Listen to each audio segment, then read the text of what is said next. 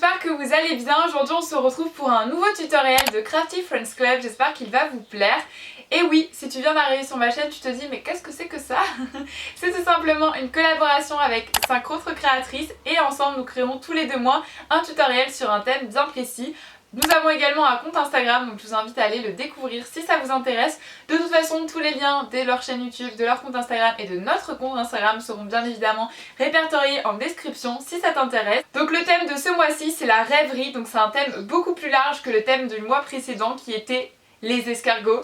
Et oui, nous avons réalisé le thème des escargots, donc je vous invite à aller voir sur une playlist dédiée sur ma chaîne où vous pourrez retrouver tous nos tutoriels de toute la saison Crafty Friends Club, donc je vous invite à la découvrir, je la mettrai dans le petit quelque part en haut. Donc moi pour ce thème, ce qui m'a inspiré c'est les attrape-rêves, parce que vous connaissez ma passion pour les attrape-rêves tout simplement. J'en ai partout dans mon atelier, j'adore ça et voilà tout simplement. Et je me suis dit mais Marie, ça match trop bien avec le thème parce que attrape-rêve, rêverie, ça match bien, non? Donc j'arrête de parler, je vous laisse sans plus tarder découvrir le tutoriel que je vous propose sur ce thème.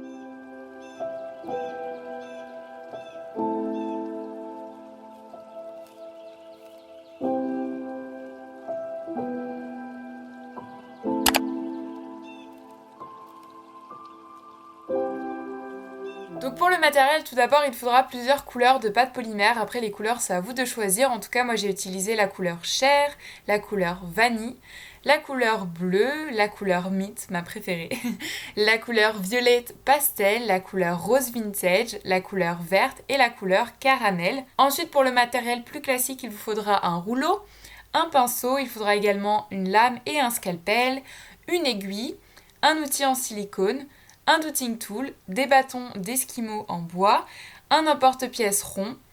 Il faudra également des perlex et des paillettes pour ajouter du brillant à votre création. Et enfin, de la feuille d'or.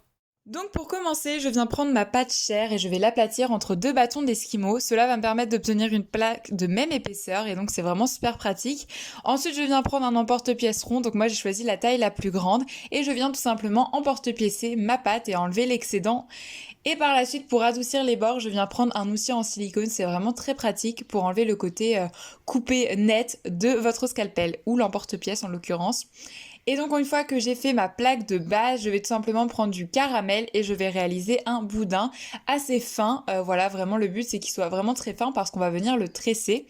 Une fois que vous avez l'épaisseur voulue, vous allez le plier en deux et tout simplement le rouler au fur et à mesure comme vous pouvez voir entre vos 2 doigts et cela va créer tout simplement une petite tresse. Une fois que vous avez créé la tresse qui vous convient, vous allez la positionner autour de votre emporte-pièce cercle. Donc là, j'ai pris le plus petit, je l'ai positionné en haut en fait de mon cercle beige et ça va me permettre d'obtenir un cercle très facilement. Tout simplement, en fait, comme patron, j'ai envie de dire. Donc là, ça le déforme un petit peu, mais vous le replacez correctement après avec votre doigt. Et voilà, vous avez un cercle vraiment, pour le coup, qui a une bonne forme. Ensuite, vous allez prendre donc un dotting tool et on va venir un peu texturer cette tresse. Donc je fais juste des petits points tout le tour et voilà, ça texture un petit peu tout ça. Et surtout, ça permet de coller ma tresse sur ma plaque que j'ai créée auparavant. Ensuite, je fais un mélange de caramel et de chair pour obtenir vraiment un caramel mais beaucoup plus clair. Et en fait, je vais faire la corde du milieu. Donc, je viens à nouveau faire un boudin encore plus fin que le précédent. Et une fois que j'ai obtenu l'épaisseur souhaitée, je vais tout simplement former le milieu de mon attrape-rêve. Donc, en faisant en fait des 8 ou des signes infinis, comme vous voyez ce que vous voulez. Et en fait, je fais ça tout simplement. Donc, avant, je vais juste prendre un dotting tool pour marquer le centre de mon cercle. Et ensuite, je fais comme vous voyez avec les images. Je pense que c'est plus parlant. Mais en fait vous faites un 8 et je prends mon dotting tool pour aplatir au fur et à mesure mon petit boudin que je pose sur ma plaque et je fais un peu de texture au passage et voilà, donc je fais ça comme je l'ai dit x3 et ça obtiendra le centre de mon attrape-rêve. Et ensuite pour ajouter une petite touche de détail, j'ai tout simplement mis de la feuille d'or au centre, mais bien sûr cette étape est facultative. Vous allez prendre une couleur de votre choix, donc moi j'ai choisi du bleu parce que vous savez que c'est ma couleur préférée, donc j'ai pris du bleu mint. J'ai fait une plaque et tout simplement j'ai pris mon scalpel et j'ai découpé des formes de gouttes. En fait on va venir former les plumes de notre attrape-rêve, donc là j'en fais 2 en bleu mint et vous allez voir que je vais en faire une en bleu plus classique, en fait pour en faire 3 au total. Et ensuite pour les texturer avec mon aiguille, je viens faire un trait au milieu, puis je viens faire plein de petits traits sur chaque côté en fait de ce trait. Et pour donner un peu plus de détails, je vais donner comme si la feuille en fait, enfin la plume plutôt, avait des petites encoches. Donc voilà, tout simplement avec mon aiguille et je fais exactement la même chose pour mes 2 plumes. Une fois que j'ai créé mes 3 plumes, je vais venir tout simplement les positionner. Donc je mets celles de couleurs différentes au milieu, le plus bas possible. Et ensuite les deux autres, je vais les mettre de part et d'autre de celle du milieu tout simplement. Et cette fois-ci, je vais les mettre un petit peu plus hautes comme s'il y avait 3 longueurs différentes.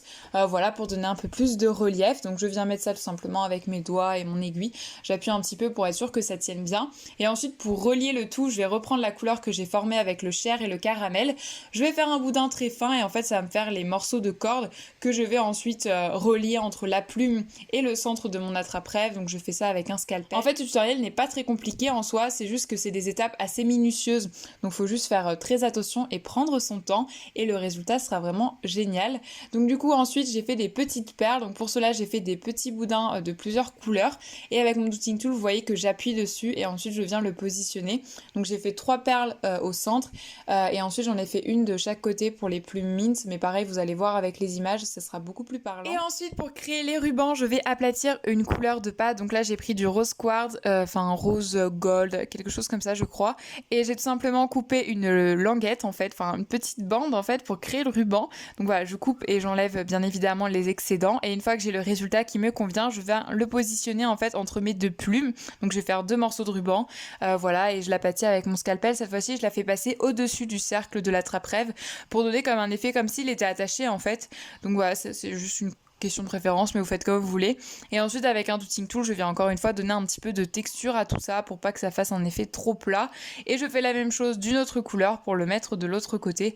Vraiment pour ce tutoriel, pareil, les couleurs, vous pouvez utiliser celles que vous préférez et que vous souhaitez. C'est juste une question pour le coup de préférence.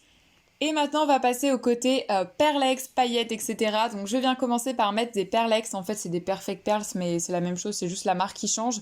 Et en fait je prends un pinceau et j'applique cette poudre un petit peu partout sur ma plaque en fait pour donner un côté plus rêverie. Voilà, j'avais envie d'ajouter un petit peu de paillettes. Du coup c'est ce que j'ai fait, ça se voit pas trop à la caméra, ça se voit mieux en vrai et surtout une fois que c'est verni. Donc là vous voyez pas vraiment le résultat que ça donne en réalité.